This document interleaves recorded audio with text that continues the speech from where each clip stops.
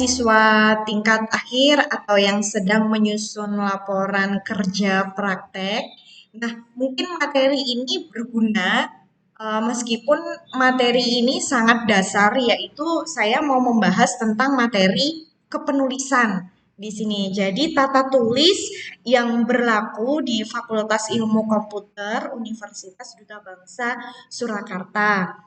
Nah, yang pertama yang perlu saya tekankan banget nih ke mahasiswa, kalau Anda sendiri saja malas untuk membaca kembali susunan kalimat yang kamu tulis sendiri, maka jangan marah kalau tulisan kamu gak dibaca sama sekali sama dosennya ya.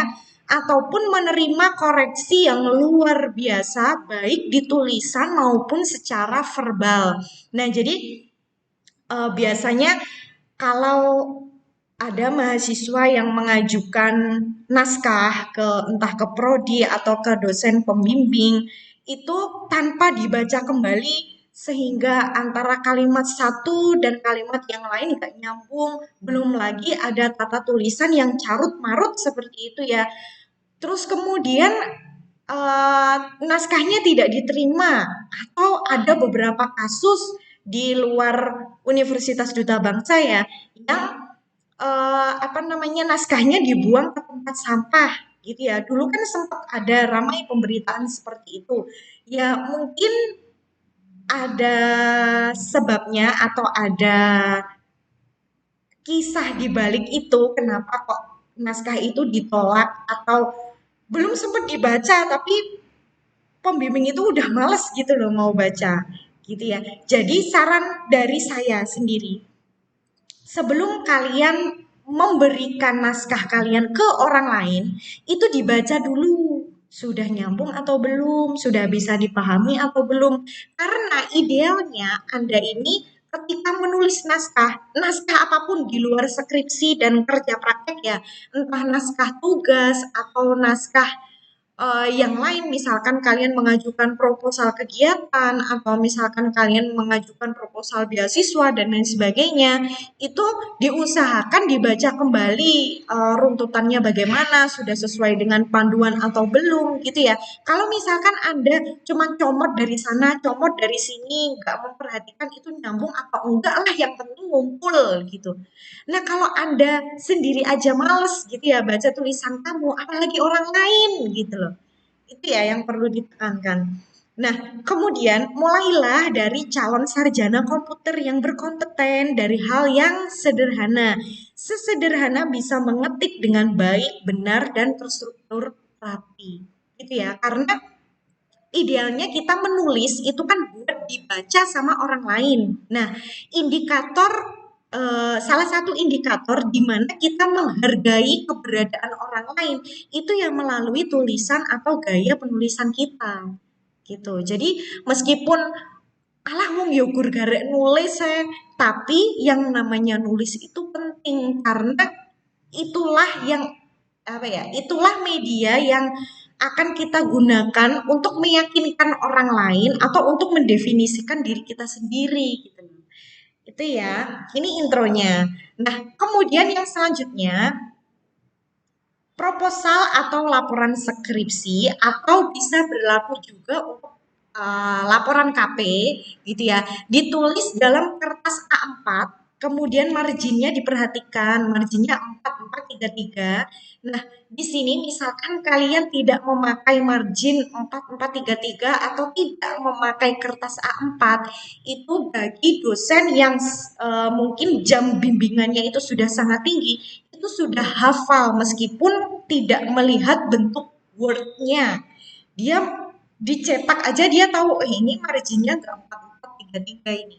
Karena apa? Saking sudah terbiasanya membaca laporan dalam margin 4433 gitu. Nah, kemudian fontnya Times New Roman, ukurannya 12, kemudian spasinya 2, tanpa after dan before space. Ingat bahwa spasinya itu 2, bukan 1 ataupun 1,5 gitu ya. Spasinya adalah 2, kecuali bagian-bagian yang ada di dalam tabel atau judul dan sumber tabel atau judul dan sumber gambar. Itu beda lagi nanti. Nah, kemudian tabel, ini ya, tabel ditulis dengan font Times New Roman, ukurannya 11, atau misalkan kalau 10 memungkinkan, itu nggak apa-apa. Jadi ada beberapa tabel yang teksnya terlalu banyak, itu disederhanakan menjadi 10, itu juga nggak apa-apa, asalkan tidak menghilangkan esensi tulisan dari tabel itu, gitu ya. Nah, di sini spasinya cuma satu. Nah, kemudian coding, khusus untuk coding itu ditulis dengan font Courier New, ukurannya 10, spasinya 1. Nah, tabel di sini harus berupa tabel, bukan hasil screenshot. Kalian nge-screenshot tabel yang isinya macam-macam flowchart, kemudian tabel yang isinya macam-macam simbol DFD, tabel yang isinya dalamnya macam-macam UML. Itu nggak boleh karena screenshot itu adalah gambar. Tabel itu teks. Oke, jadi tabel itu teks. Makanya kalau ada tabel ya disalin, bukan di screenshot gitu ya. Karena itu udah beda. Nah, kemudian yang selanjutnya adalah aturan numbering. Nah, proposal atau laporan skripsi, begitupun dengan laporan KP, itu tidak boleh menggunakan balet. Jadi numbering itu ditulis seperti ini. Nah, ini ada misalkan 1.3 gitu ya, batasan masalah. Nah, di bawahnya angka, ini kan 1.3 angka. Nah, kemudian di bawahnya angka, ini adalah huruf tanpa koma. Nah, ini misalkan ada tulisan bla bla bla bla bla sehingga membutuhkan numbering lagi di bawahnya. Nah, di sini ada angka dan dikurung. Dikurung apa ini? Dikurung kanan. Nah, kemudian kalau misalkan ada lagi baru ada abjad kecil dan itu dikasih kurung. Nah, ini perlu diperhatikan bahwa ini juga abjad kecil. Dan ini rata kiri, tidak menjorok ke dalam. Gitu. Ini perhatikan juga jaraknya ya. Jadi misalkan kalian membuat 1.3 batasan masalah A pertama kali itu tidak menjorok ke dalam. Dia mepet di sisi kiri. Nah, kemudian numbering selanjutnya itu lurus dengan B atau paling mentok lurus dengan batasan masalah ini. Atau paling mentok di situ. Nah, kemudian yang A kurung ini paling mentok dia di sini. Lurus dengan huruf awal yang ada di depannya. Gitu. Gitu ya, itu simple, hanya masalah jarak. Tetapi kalau misalkan berantakan, ya kita kan sebagai orang yang mereview, entah itu mereview proposal ataupun mereview laporan gitu ya.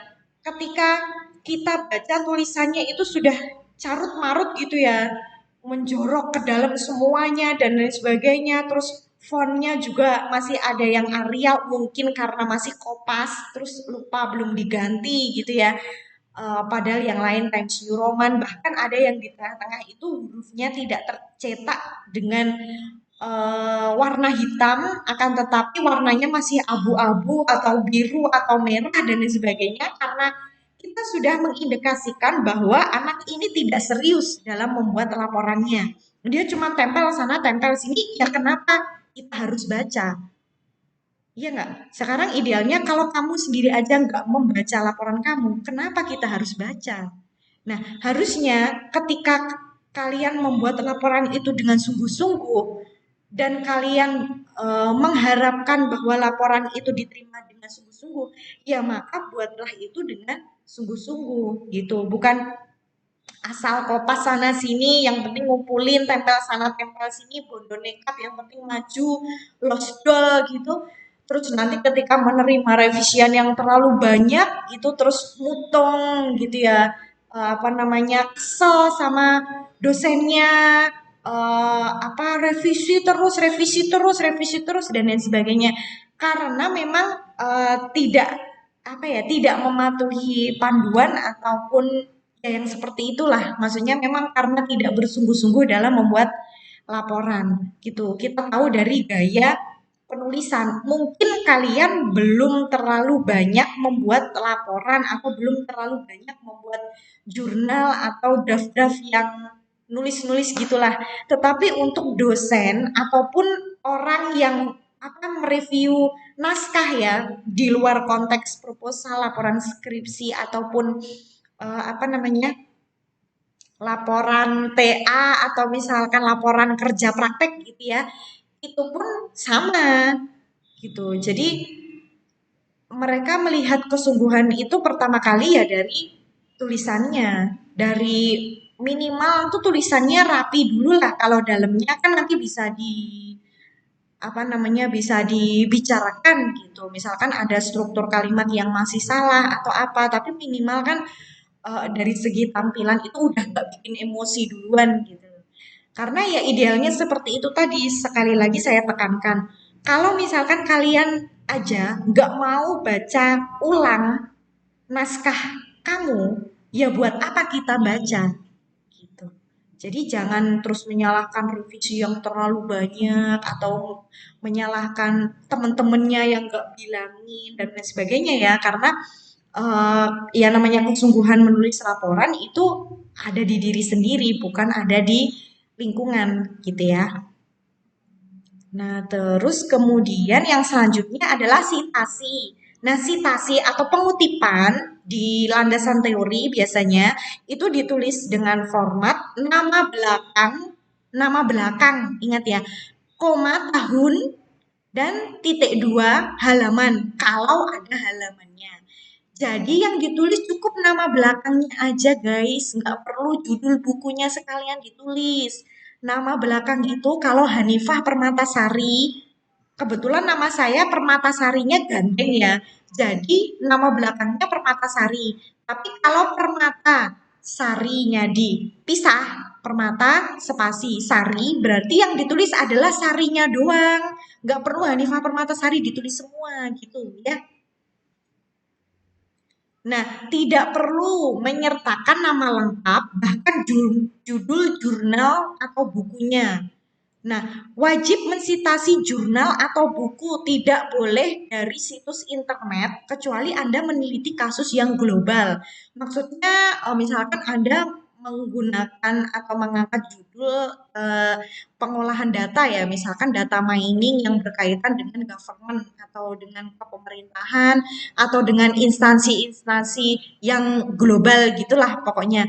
Itu boleh memakai internet karena memang di instansi pemerintah sendiri itu kan sudah memiliki sumber data atau di mana data-data itu terpusat sehingga nanti bisa kita olah gitu loh.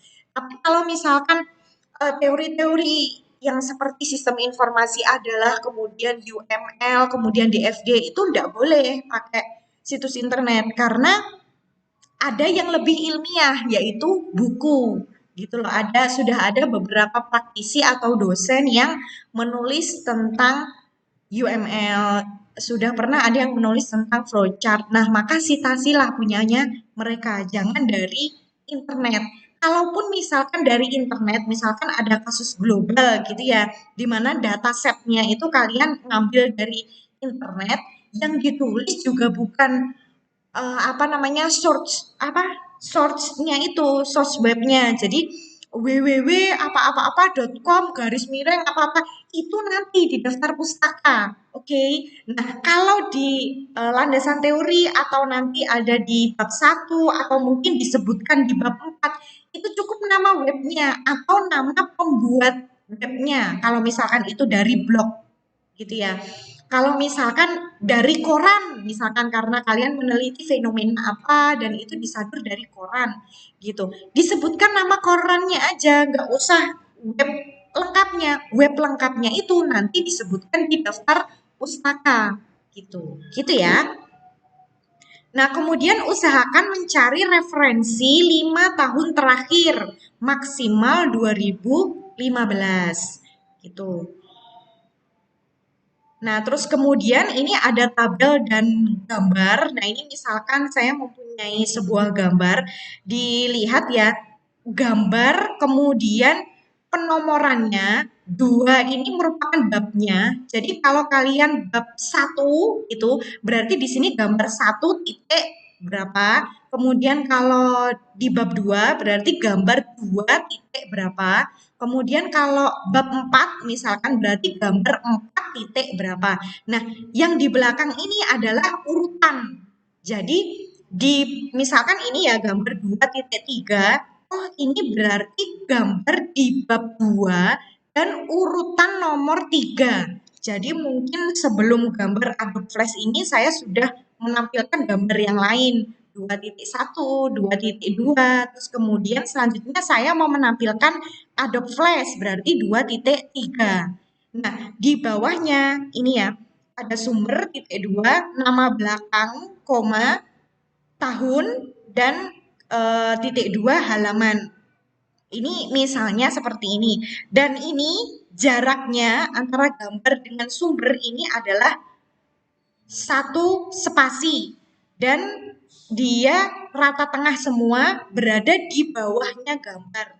Karena kalau tabel beda lagi.